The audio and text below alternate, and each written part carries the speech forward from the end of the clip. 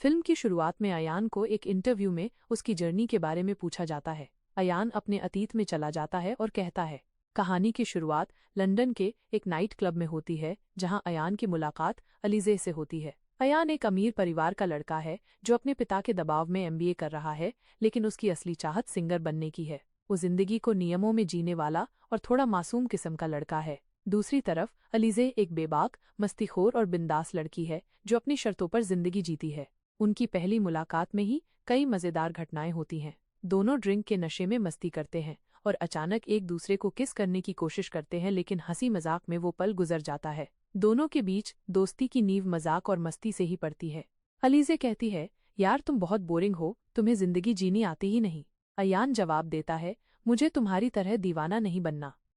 वे दोनों एक साथ और समय बिताने लगते हैं। साथ में गाने गाते हैं, मूवी देखते हैं और मस्ती करते हैं। दोनों के बीच गहरी दोस्ती हो जाती है, लेकिन अयान को धीरे धीरे एहसास होने लगता है कि वो अलीज़े से प्यार करने लगा है। अयान जब भी अलीज़े को देखता है उसके दिल में अजीब सी धड़कन होती है। वो समझ नहीं पाता कि ये कैसा एहसास है, लेकिन वो खुद को अलीज़े के करीब पाता है। एक दिन जब वे मस्ती करते करते इमोशनल हो जाते हैं, अयान अलीज़े को किस करने की कोशिश करता है। अलीज़े अचानक रुक जाती है और कहती है, अयान हम सिर्फ दोस्त हैं, प्लीज इससे ज्यादा कुछ मत समझो। अयान हक्का बक्का रह जाता है। उसे उम्मीद नहीं थी कि अलीज़े उसे ऐसे रोकेगी। अलीज़े उसे अपने अतीत के बारे में बताती है। वो कहती है कि वो किसी और से बेइंतहा मोहब्बत करती थी, अली फवाद खान। अली और अलीज़े का रिश्ता बेहद गहरा था, लेकिन किसी वजह से उनका ब्रेकअप हो गया था। अलीज़े आज भी अली को भुला नहीं पाई है। अलीज़े कहती है, अली मेरा पहला प्यार था और शायद आखिरी भी। मैं उसे अभी तक दिल से नहीं निकाल पाई हूँ। अयान ये सुनकर दुखी हो जाता है, लेकिन वो अपने जज्बातों को छुपा लेता है और दोस्ती का रिश्ता बनाए रखने का फैसला करता है। अयान और अलीज़े छुट्टियां मनाने पेरिस जाते हैं। वहां उनकी मस्ती और दोस्ती और भी गहरी हो जाती है। वे गानों पर झूमते हैं, सड़कों पर मस्ती करते हैं और बिना किसी चिंता के जिंदगी जीते हैं। एक दिन पेरिस की एक पार्टी में अलीज़े की मुलाकात अली से होती है। अली को देखते ही अलीज़े की आंखों में पुरानी मोहब्बत की चमक लौट आती है। वो अयान को छोड़कर अली से बात करने जाती है। अयान दूर से ये सब देखता है और उसके दिल में जलन और दर्द का एहसास होता है। अयान मन ही मन सोचता है, क्यों मुझे इतना दर्द हो रहा है, मैं इसे क्यों सह नहीं पा रहा। अलीज़े अयान को बताती है कि अली ने उससे माफी मांगी है और वो अब भी उससे प्यार करती है। अलीज़े और अली फिर से करीब आ जाते हैं और जल्द ही उनकी सगाई हो जाती है। ये खबर सुनकर अयान अंदर से टूट जाता है। वो कोशिश करता है कि अलीज़े को अपनी भावनाओं का पता न चले, लेकिन उसकी आंखों में दर्द साफ झलकता है। वो अलीज़े की खुशी के लिए खुद को पीछे हटा लेता है, लेकिन उसके दिल में एक खालीपन और उदासी घर कर जाती है। अयान अकेले में रोता है और कहता है, तुम्हारी दोस्ती मेरी मोहब्बत बन गई, पर तुम्हारा प्यार किसी और का हो गया। अयान खुद को मजबूत दिखाने की कोशिश करता है, लेकिन वो अलीज़े के बिना खुद को अधूरा महसूस करता है। वो उससे दूर जाने का फैसला करता है ताकि वो अपने दिल के दर्द को भुला सके। दिल टूटने के बाद अयान अपनी जिंदगी को नए सिरे से जीने की कोशिश करता है और सिंगिंग में अपना करियर बनाने का फैसला करता है। इसी दौरान उसकी मुलाकात सबा ऐश्वर्या राय बच्चन से होती है। सबा एक खूबसूरत और समझदार शायरा है जो अपनी शायरी में दर्द और मोहब्बत की गहराई बयां करती है। सबा और अयान के बीच एक खास कनेक्शन बनता है। दोनों एक दूसरे के साथ समय बिताने लगते हैं और अयान को लगता है कि वो अपने अतीत को भुला सकता है। लेकिन क्या वो सच में अलीज़े को भुला पाएगा? क्या सबा उसे वो सुकून दे पाएगी जिसकी उसे तलाश है? कहानी अभी और भी उलझनों और भावनाओं के समंदर से गुजरेगी।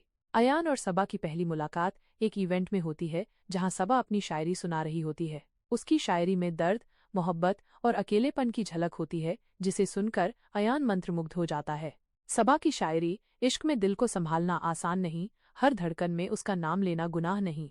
अयान सबा की ओर खिंचा चला जाता है। वो उससे बातचीत शुरू करता है और उसे अपनी जिंदगी की अधूरी मोहब्बत की कहानी बताता है। सबा उसकी भावनाओं को समझती है क्योंकि वो खुद भी अपने अतीत में टूटे हुए रिश्ते का दर्द झेल चुकी है।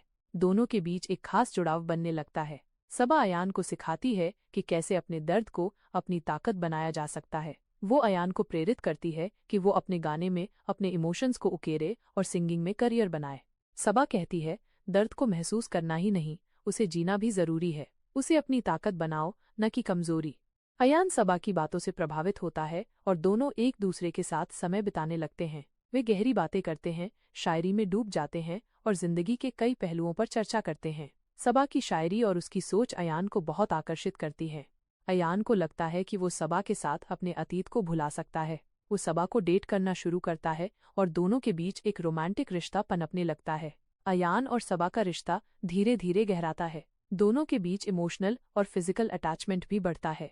वे एक दूसरे के साथ बहुत वक्त बिताते हैं, नए नए शहरों में घूमते हैं और जिंदगी को नए सिरे से जीने की कोशिश करते हैं।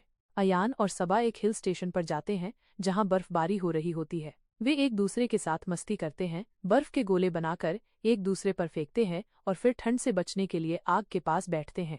वहां सबा एक और शायरी सुनाती है, मोहब्बत का सफर आसान नहीं, हर मोड़ पर तन्हाई की पहचान नहीं। अयान सबा की आंखों में देखता है और कहता है, तुम्हारी शायरी में जितना दर्द है उतना ही सुकून भी है। सबा मुस्कुरा देती है और जवाब देती है, शायर का दर्द ही उसकी सबसे बड़ी ताकत होती है। अयान सबा को किस करता है और दोनों के बीच नजदीकियां बढ़ती हैं, लेकिन अयान के दिल में कहीं न कहीं अलीज़ेह की यादें अभी भी ताज़ा हैं। कुछ समय बाद एक पार्टी में अयान की मुलाकात फिर से अलीज़ेह से होती है। वो हैरान रह जाता है जब उसे पता चलता है कि अलीज़ेह और अली का रिश्ता खत्म हो चुका है। अलीज़ेह अब अकेली है और उसने अपनी शादी तोड़ दी है। अयान के मन में एक उम्मीद जागती है। उसे लगता है कि अब अलीज़ेह शायद उसे उसी तरह चाहेगी जैसे वो हमेशा उसे चाहता था। वो अलीज़ेह के और करीब जाने की कोशिश करता है, लेकिन अलीज़ेह अब भी उसे केवल एक दोस्त की तरह ही देखती है। अयान कहता है, तुम्हें मेरा प्यार कभी महसूस क्यों नहीं हुआ अलीज़ेह? मैंने तुम्हें हमेशा दिल से चाहा है। अलीज़ेह जवाब देती है, प्यार को महसूस करना मेरे बस में नहीं है अयान। मैं तुम्हें बहुत चाहती हूँ, लेकिन एक दोस्त की तरह। अयान ये सुनकर टूट जाता है। वो गुस्से में अलीज़ेह को दोषी ठहराता है कि उसने उसकी भावनाओं को कभी समझा ही नहीं। लेकिन अलीज़ेह साफ साफ कहती है कि प्यार को किसी के लिए मजबूरी नहीं बनाया जा सकता। अयान की दुनिया फिर से बिखर जाती है। वो खुद को अकेला और हारा हुआ महसूस करता है। सबा भी ये देख लेती है कि अयान का दिल अब भी अलीज़ेह के लिए धड़कता है। सबा अयान से दूरी बना लेती है क्योंकि वो नहीं चाहती कि वो किसी अधूरे प्यार में बंध कर रहे। वो अयान को अलविदा कहती है और कहती है, मैं तुम्हारे दिल में अपनी जगह नहीं बना सकती क्योंकि वहाँ कोई और हमेशा रहेगा। मैं तुम्हें बांधना नहीं चाहती, इसलिए जा रही हूँ। अयान उसे रोकने की कोशिश करता है, लेकिन सबा उसे छोड़कर चली जाती है। अयान फिर से अकेला पड़ जाता है। उसकी जिंदगी में न अलीज़ेह है न ही सबा। अयान पूरी तरह से टूट जाता है और संगीत में खुद को डुबो लेता है। उसके गाने दर्द और बिछड़न को बयान करते हैं और वो एक सफल सिंगर बन जाता है। लेकिन उसकी सफलता में सुकून नहीं है क्योंकि उसका दिल खाली है। कुछ समय बाद अयान को पता चलता है कि अलीज़ेह को कैंसर है और उसके पास ज्यादा समय नहीं है। ये खबर सुनकर अयान फिर से अलीज़ेह के पास जाता है। वो अलीज़ेह के आखिरी दिनों में उसका सहारा बनता है। वे साथ में पुराने दिनों को याद करते हैं, हंसते हैं, रोते हैं और अयान ये समझ जाता है कि कभी कभी प्यार को पाना जरूरी नहीं होता, उसे महसूस करना ही काफी है। अलीज़ेह कहती है, तुम्हारा प्यार हमेशा मेरे साथ रहेगा अयान। दोस्ती में भी प्यार हो सकता है, बस एहसास अलग होता है। अलीज़ेह की मौत हो जाती है और अयान उसे अपनी यादों में हमेशा जिंदा रखता है। वो समझ जाता है कि सच्चा प्यार सिर्फ पाने का नाम नहीं है, बल्कि उसकी खुशियों में खुद को खो देने का नाम है। फिल्म ये संदेश देती है कि प्यार में मजबूरी नहीं होती और हर रिश्ता एक जैसा नहीं होता। कुछ प्यार अधूरे रहकर भी पूरे होते हैं और कुछ दोस्ती में भी इश्क छुपा होता है। ऐसे ही मूवी वीडियोस के लिए हमारे चैनल इट्स ओरिजिनल को सब्सक्राइब करें। धन्यवाद।